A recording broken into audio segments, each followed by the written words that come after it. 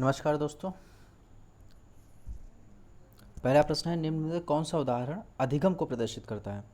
तो अधिगम मतलब क्या होता है? सीखना। और सीखने को प्रदर्शित क्या करता है? हाथ जोड़कर अध्यापक का अभिवादन करना, स्वादिष्ट भोजन देखकर मुंह में लार आना, चलना, भागना एवं फेंकना 3 से 5 वर्ष की अवस्था में, या इनमें से सभी। देखिए, ये स्वाभाविक भोजन देखकर मुंह में लार आना, ये एक जो है हमको जन्मजात प्राप्त होता है। कोई भी चीज़ देखते हैं जब ऐसी चीज़, तो हमारे मुंह में लार आ जाती है। या चलना भागना जो है, व्यक्ति जो है एक जन्म के बाद कुछ समय के पश्चात वो सीख ही जाता है, अगर वो शारीरिक रूप से स्वस्थ है। लेकिन हाथ जोड़कर अध्यापक का अभिवादन करना, ये चीज़ बच्चे में कब आती है? जब बच्चे को ये चीज़ सिखाई जाती है या बच्चा इसका अवलोकन करता है। तो अधिगम क्या होता है? या तो हम किसी से कोई चीज़ सीख रहे हैं, सिखा रहा है, या हम किसी से कोई चीज़ जो है उसका अवलोकन कर रहे हैं और उसको हम जो अपने जीवन में उतार रहे हैं, तो क्या कहलाता है? अधिगम। तो पहले का सही आंसर क्या हो जाएगा? पहला, हाथ जोड़कर अभिभावक अध्यापक का अभिवादन करना। दूसरा प्रश्न है, बच्चे दुनिया के बारे में अपनी समझ सृजन करते हैं, इसका श्रेय किसको जाता है? मतलब ये पूछना चाहता है कि जो बच्चे अपनी समझ का जो सृजन करते हैं, इसका सिद्धांत ये किसने दिया था? तो ये सिद्धांत दिया था जीन पियाजे ने। तो जीन पियाजे ने ये, अगर ये क्वेश्चन ऐसे घुमा के पूछते कि ये जो सिद्धांत है, अपनी समझ का सृजन करने वाला सिद्धांत, ये वास्तविक में इसका नाम क्या है? तो संज्ञानात्मक सिद्धांत है। इसमें संज्ञान का उपयोग करते हैं, इसलिए। तीसरा प्रश्न है, बच्चों के बौद्धिक विकास के 4 स्पष्ट स्तरों को पहचाना गया है। था किसके द्वारा पहचाना गया था? तो ये भी जो है पियाजे के द्वारा पहचाना गया था। और वो 4 बौद्धिक स्तर कौन से थे? पहला था इंद्रियजनित या पेशीय, दूसरा था पूर्व संक्रियात्मक, तीसरा था मूर्त संक्रियात्मक, मूर्त क्रियात्मक, और चौथा औपचारिक संक्रियात्मक। तो इसकी उम्र भी अलग अलग, 0 से 2 वर्ष, 2 से 7, 7 से 12 और 12 से प्रौढ़ावस्था तक। तो इसको जो है सॉरी, निम्न में से कौन सा कथन सत्य है? तो ये वाला प्रश्न जो है बहुत इंपॉर्टेंट है और पिछले कई एग्जामों में पूछा जा चुका है कि घोड़े को तालाब तक ले जाया जा सकता है, उसको पानी पीने के लिए बाध्य किया जा सकता है। घोड़े को ना तो तालाब तक ले जाया जा सकता है, ना ही उसे पानी पीने के लिए बाध्य किया जा सकता है। तीसरा प्रश्न है, घोड़े को तालाब पर ले जाकर उसको पानी पिलाने के लिए सब कुछ किया जा सकता है।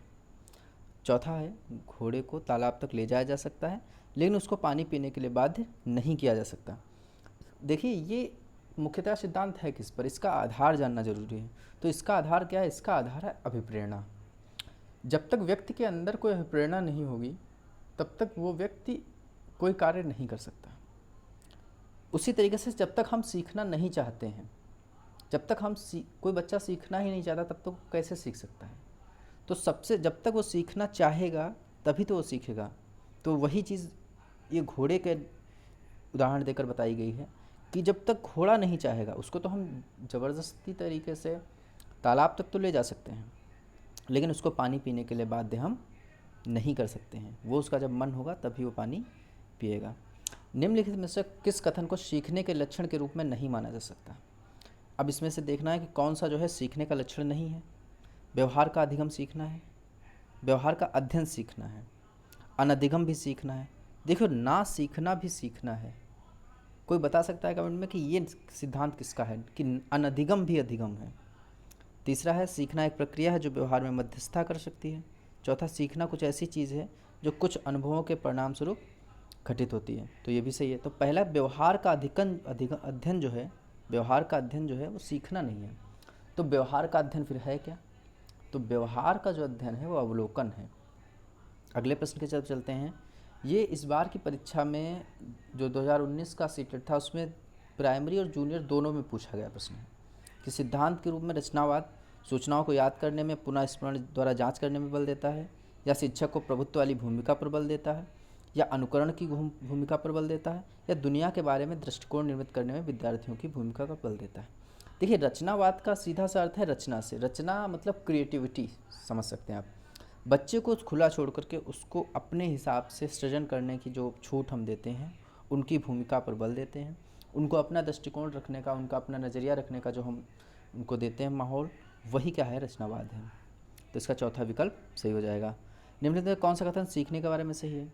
सीखने के लिए किसी भी चरण पर सीखना संवेगात्मक कारकों से प्रभावित नहीं होता है। सीखना मूल रूप से मानसिक क्रिया है। बच्चे द्वारा की गई त्रुटियां यह संकेत करती हैं कि किसी तरह का सीखना नहीं हुआ। यह सीखना उस वातावरण में प्रभावी होता है जो संवेगात्मक रूप से सकारात्मक हो और शिक्षार्थियों को संतुष्ट करने वाला है। अब इसका जो तीसरा विकल्प है वो देखना है। बच्चों द्वारा की गई त्रुटियां संकेत करती हैं कि किसी तरह का सीखना नहीं हुआ।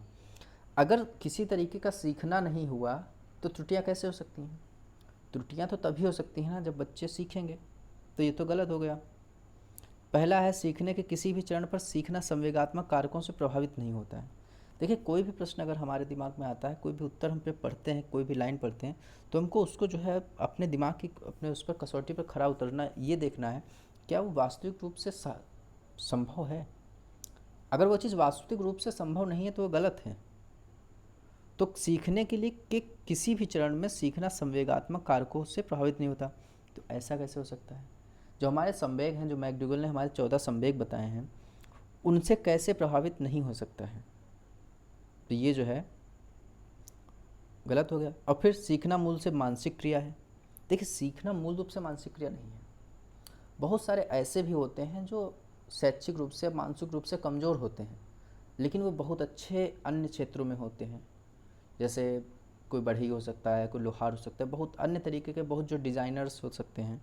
तो हो सकता है कि पढ़ने में उतने अच्छे ना हों, लेकिन उस फील्ड में बहुत अच्छे हों। तो उसका विकल्प कौन सा सही हो जाएगा? सीखना उस वातावरण में प्रभावी होता है जो संवेगात्मक रूप से सकारात्मक हो और शिक्षार्थियों को संतुष्ट करने वाला हो। सबसे अच्छा सीखना वही हो पाएगा जहाँ पर पॉजिटिव एटमॉस्फेयर हो। अगला प्रश्न, वाइगोत्स्की बच्चों के सीखने में निम्नलिखित में से किस कारक की महत्वपूर्ण भूमिका देते हैं? देखो, वाइगोत्स्की का जो सिद्धांत था वो सामाजिक सिद्धांत था, सामाजिकता पर आधारित था। तो वाइगोत्स्की जो है सामाजिक पर, नैतिक पे कौन बल देता है? तो कोहलबर्ग। अगर आ जाए ऐसे घुमा के क्वेश्चन तो उसमें हम नैतिक जो है कोहलबर्ग लगा देंगे। और तो इसका सही हो जाएगा आंसर चौथा। निम्नलिखित में कौन सा शिक्षक से संबंधित अधिगम को प्रभावित करने वाला कारक है? बैठने की उचित व्यवस्था? नहीं। शिक्षण अधिगम संसाधनों की उपलब्धता? नहीं। विषय वस्तु या अधिगम अनुभव की प्रकृति? नहीं। विषय वस्तु में प्रवृत्ति? देखिए, अध्यापक के लिए विषय वस्तु में प्रवीणता होनी अति आवश्यक है। अगला प्रश्न है, निम्नलिखित में कौन सा सीखने का क्षेत्र है? अनुभवात्मक, भावात्मक, आध्यात्मिक या व्यावसायिक? तो इसका सही आंसर हो जाएगा फर्स्ट। अनुभविक जो है वो सीखने का क्षेत्र है।